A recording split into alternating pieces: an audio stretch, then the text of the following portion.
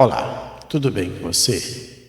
Que a graça e a paz de nosso Senhor Jesus esteja sempre em sua vida. Hoje estarei dando continuidade com a minha exposição na carta segundo escreveu Paulo aos Coríntios. Eu estou no capítulo 1, já fiz inclusive 2 vídeos neste capítulo e hoje provavelmente estarei encerrando aí o capítulo 1. Eu vou deixar no card acima a playlist para que você possa ver e ouvir os 2 vídeos que eu fiz, uma introdução e depois logo em seguida outro vídeo nesse primeiro capítulo. E hoje vamos dar continuidade. Vamos lá. Estarei falando sobre a sabedoria do mundo e a sabedoria de Deus. Paulo fala aí para a igreja que estava em Corinto. E ele começa dessa forma. Porque não me enviou Cristo para batizar, mas para pregar o Evangelho, não com sabedoria de palavra, para que se não anule a cruz de Cristo. Interessante a preocupação de Paulo. Ele foi enviado para pregar o Evangelho, para desbravar, para expandir o reino de Deus na terra. Esse foi o intuito e o ministério de Paulo. Olha, porque não me enviou Cristo. Aí ele usa o advérbio aí, ox, que é não, negação. E interessante que ele usa o termo não Cristo Jesus ou Jesus Cristo, ele usa Cristo, Christos, Mashiach. Ou seja, o Mashiach não me enviou para batizar, mas para pregar o Evangelho. E o verbo aí é evangelizo, é trazer boas notícias. Então Paulo foi chamado para levar boas notícias. E qual é a boa notícia? É o Evangelho da cruz. E ele diz que não com sabedoria. A palavra sabedoria, eu vou colocar do lado aí direito, é Sofia. Esse substantivo feminino, Sofia, esta palavra significa inteligência, conhecimento de variadas coisas humanas e divinas também. Mas é sabedoria que pertence aos homens. No ponto aí, aqui no 1A do significado dessa palavra, Sofia, a sabedoria que pertence aos homens. Por isso que não com sabedoria que pertence aos homens de palavra. Então a sabedoria de Paulo na pregação do Evangelho é uma sabedoria que vinha do alto, sabedoria de Deus. Então por isso tem que diferenciar a sabedoria humana e a sabedoria divina. Paulo não usou a sabedoria humana. Palavras aqui é logos, o ato de falar, a palavra proferida, expressa, para que não se anule. Anular é keno, é esvaziar, tornar vazio. E, inclusive essa palavra foi usada lá em Filipenses, quando Jesus ele se esvaziou, esquenou. E aqui é o verbo queno é esvaziar, tornar nulo. Isso mesmo. Então, para que não se torne vazio a cruz de Cristo. O que é a cruz? Stauros, Christos, palavra grega. É a salvação do ser humano. Nessa mesma carta aqui, tem um lugar que ele fala o seguinte: eu mesmo, quando estive entre vocês, não fui com discurso eloquente, nem com muita sabedoria, para lhes proclamar o mistério de Deus.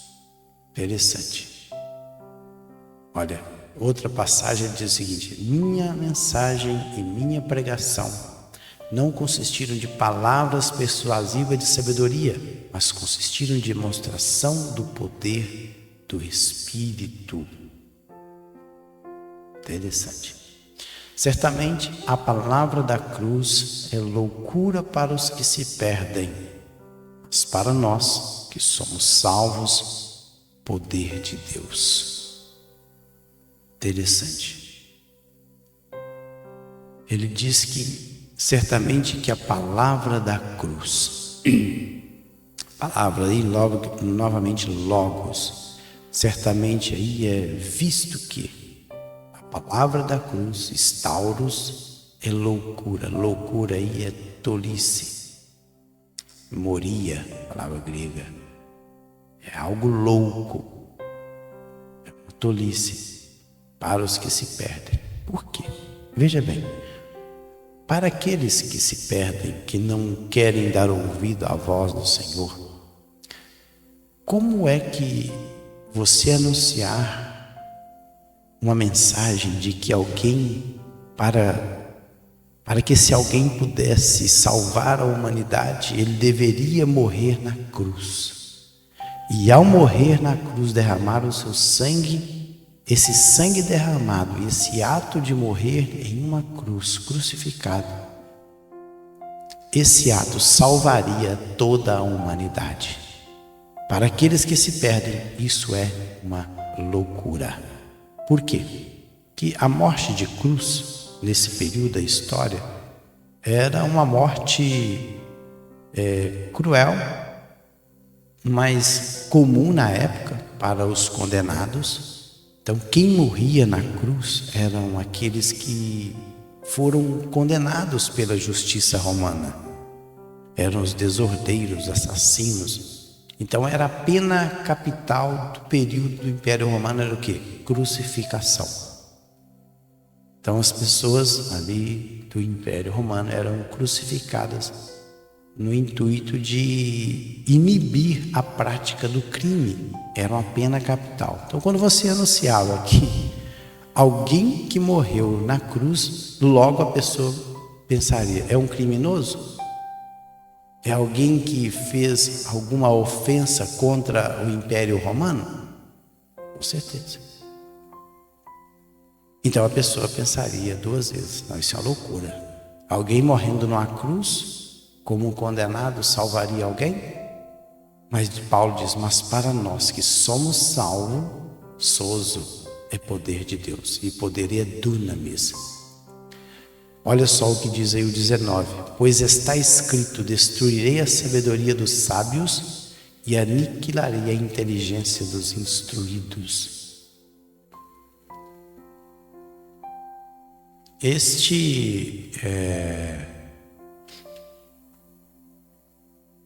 Tem dois lugares no Antigo Testamento que diz algo dessa natureza.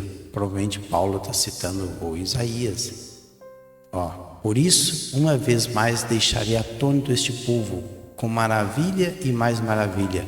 A sabedoria dos sábios perecerá, e a inteligência dos inteligentes se desvanecerá. Isaías 29:14. Então, Paulo estava citando algo que foi registrado por Isaías 750 anos antes de Jesus. Ele diz isso: pois destruirei. Está escrito. Jó, lá no livro de Jó, Moisés, que escreveu o livro de Jó, ele registrou essas palavras. Ou melhor, Isaías. O Jó também falou sobre isso. Ele frustra os planos dos estatutos para que fracassem as mãos deles. Jó também fala dessa forma. mas quem registrou foi Isaías. Provavelmente Paulo tenha falado sobre Isaías, e o profeta Isaías registrou 750 anos de Cristo. O Jó também fala dessa forma, algo sobre a sabedoria, que destruiria, apolume, abolir, tornar inútil. Tornarei inútil a sabedoria, Sofia dos sábios. Aí são duas, uma palavra, é um substantivo, e outro é um adjetivo. A sabedoria é o substantivo feminino, que é sabedoria, é inteligência, e sábio é o adjetivo, é o instruído, é o hábil em letras, as letras. E aniquilarei a tetel, desprezar o que é a inteligência, suneses. Suneses é inteligência, conhecimento, entendimento, dos instruídos, sunetos. Aqui é substantivo, suneses, e sunetos é o adjetivo. Então, inteligência dos inteligentes poderia ser traduzido assim também, só que colocou instruídos, porque aqui é suneses e aqui é sunetos. Um é um substantivo, inteligência, e instruído é um adjetivo. Vamos lá. E aí Paulo faz aqui algumas perguntas. Onde está o sábio? Onde o escriba? Onde o inquiridor deste século? Porque não tornou Deus louca a sabedoria do mundo? Então ele faz, onde está o sábio? Sofos, aqui é o adjetivo. Onde está o sábio? Aquele que é esperto nas letras, é hábil nas letras. E com certeza aqui Paulo está falando daqueles que têm um conhecimento profundo das letras, mas que não conhecem as coisas de Deus. Onde está o escriba, o gramateus? Quem que são os gramateus? Eram aquelas pessoas instruídas nas letras, que era o escriturário. Era uma pessoa versada na lei de Moisés e nas sagradas escrituras. Ele era um intérprete, um professor. Então era o escriba. E ele diz mais, onde está o inquiridor? O inquiridor é susetetes, discipulador. Susetetes, o inquiridor é disputador, o contestante hábil, aquele que disputa a respeito das escrituras. Onde está aqueles que ficam disputando as escrituras? Ele falou que eu deste século, século aí é aion, ou seja, deste tempo presente.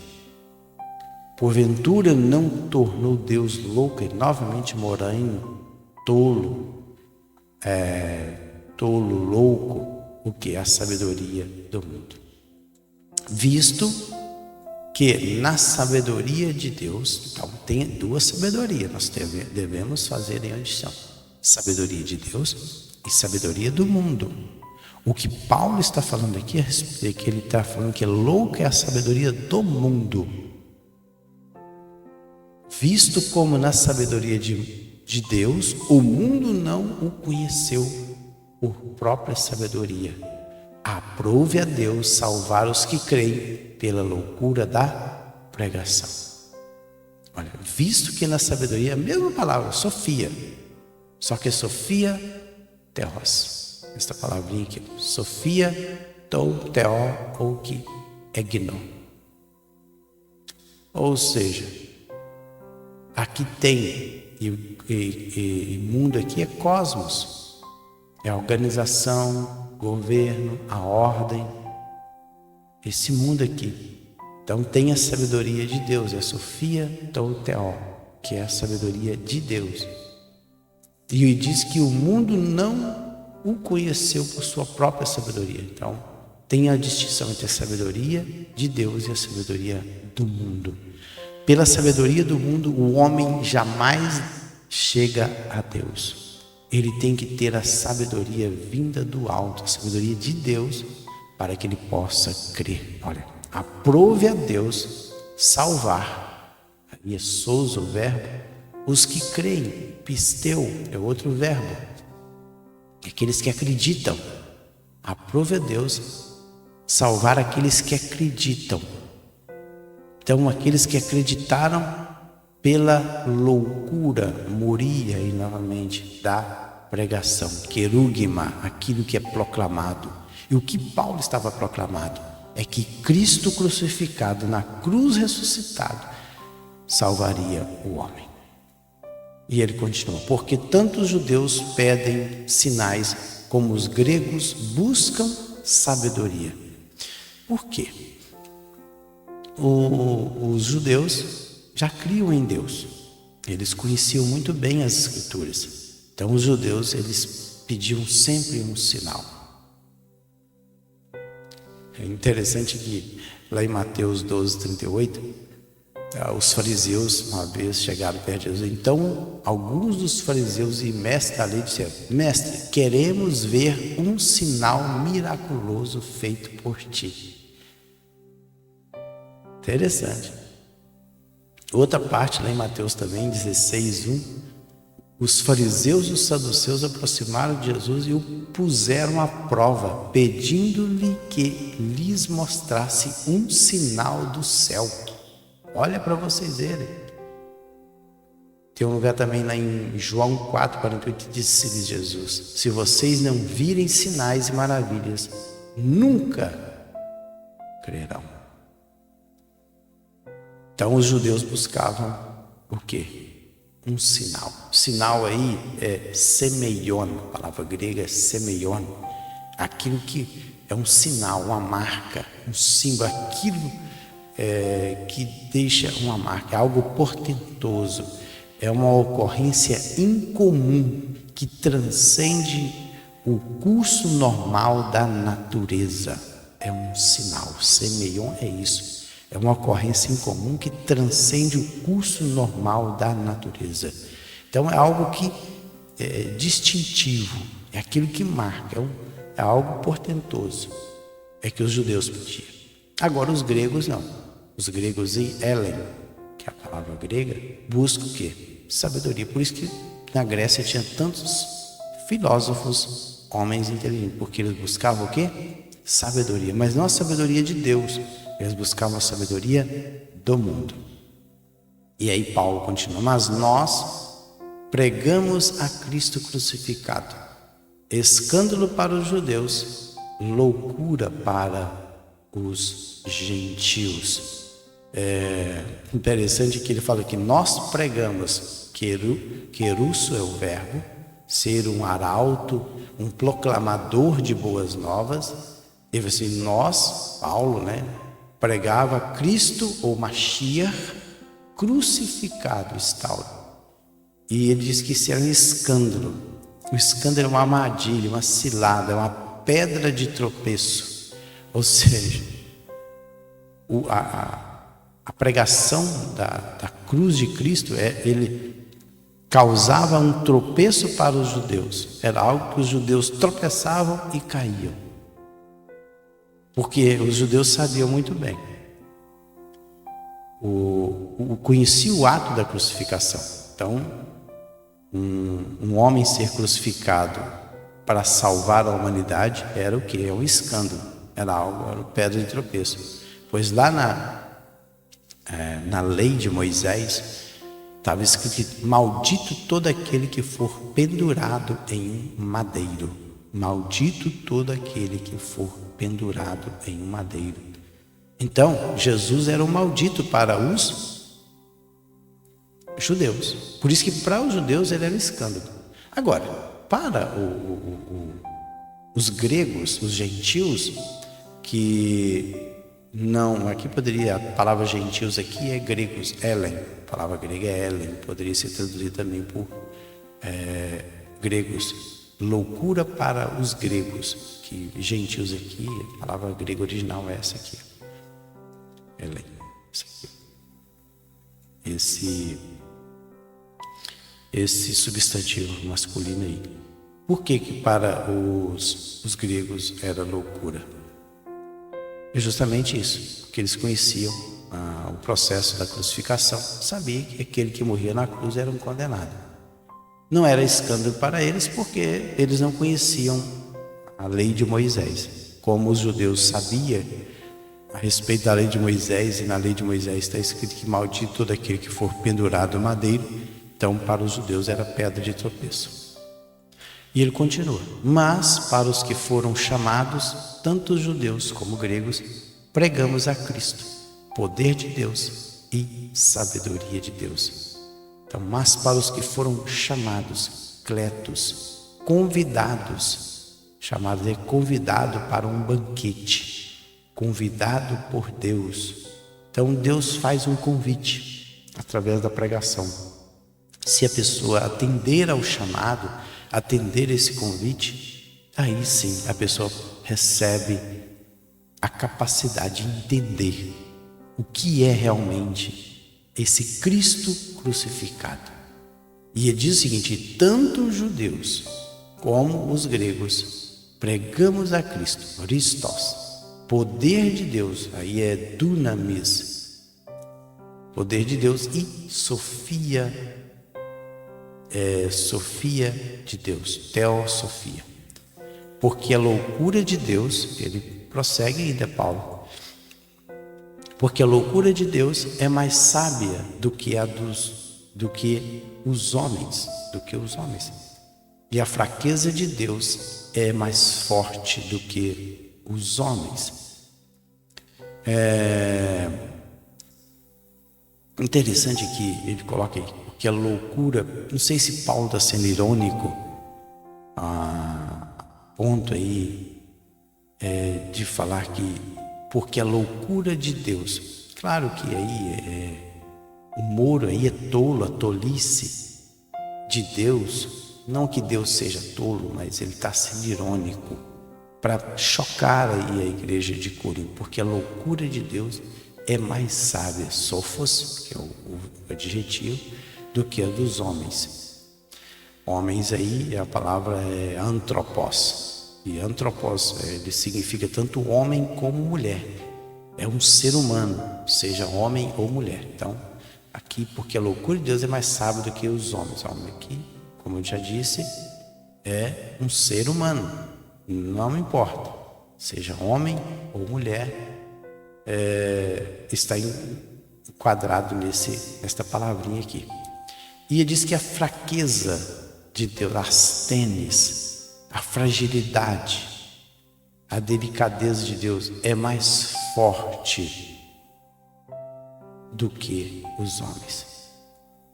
E ele continua: irmãos, reparai, pois, na nossa vocação, visto que não foram chamados muitos sábios segundo a carne, nem muitos poderosos, nem muitos de nobre nascimento. Pelo contrário, Deus escolheu as coisas loucas do mundo para envergonhar os sábios, e escolheu as coisas fracas do mundo para envergonhar as fortes. E Deus escolheu, olha aí, e Deus escolheu as coisas humildes do mundo e as desprezadas e aquelas que não são, para reduzir a nada as que são, a fim de que ninguém se vanglorie na presença de Deus. Olha só: mas vós sois dele em Cristo Jesus, o qual se nos tornou da parte de Deus sabedoria e justiça e santificação e redenção, para que, como está escrito, aquele que se glorie-se no Senhor. Então, por isso que Deus ele fez dessa forma. Por isso que Paulo ele nesse versículo 26 ele se torna irônico, porque Deus não age na loucura.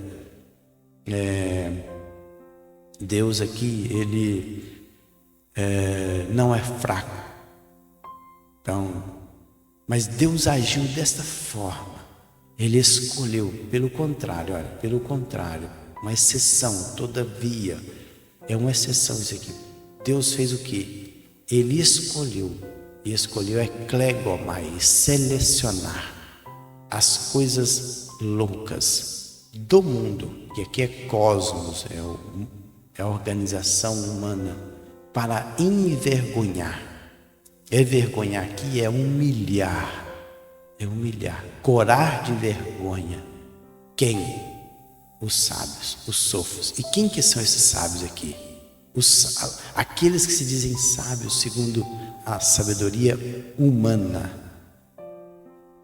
Então Deus escolheu as coisas fracas, vis, as coisas pequenas deste mundo para justamente envergonhar, corar de vergonha os sábios deste mundo.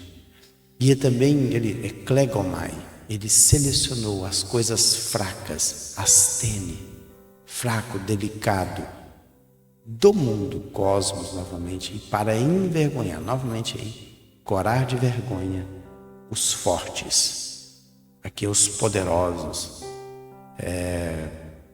aqueles que, isso aqui pode ser tanto físico como mentalmente, os fortes aqui, os poderosos, com certeza aqui é mentalmente poderoso na sabedoria. E Deus escolheu as coisas humildes, agênias, ou seja, agênias aqui é desprezível, indigno, vil, que não é de nobre nascimento do mundo, e as desprezadas aqui, exotenel, sem importância. Então primeiro aqui ele escolhe as coisas desprezíveis, as coisas vis, que não é de nobre nascimento, as desprezadas, que é exaltêneo, que é sem importância, e aquelas que não são, que não tem para reduzir a nada, ou seja, catergel, tornar totalmente inativo as que são. E qual que é o propósito de tudo isso? E aí Paulo, a fim aí, ropos, é uma partícula grega, roubo é para quê? É o propósito que Deus faz isso. Para quê? Para que ninguém, olha aí, se vanglorie. Kauhoamai, a ideia de se gloriar, de gabar-se. Gabar-se, se exaltar. Então aqui essa palavra, na presença de Deus. E ele, mas vós sois dele em Cristo.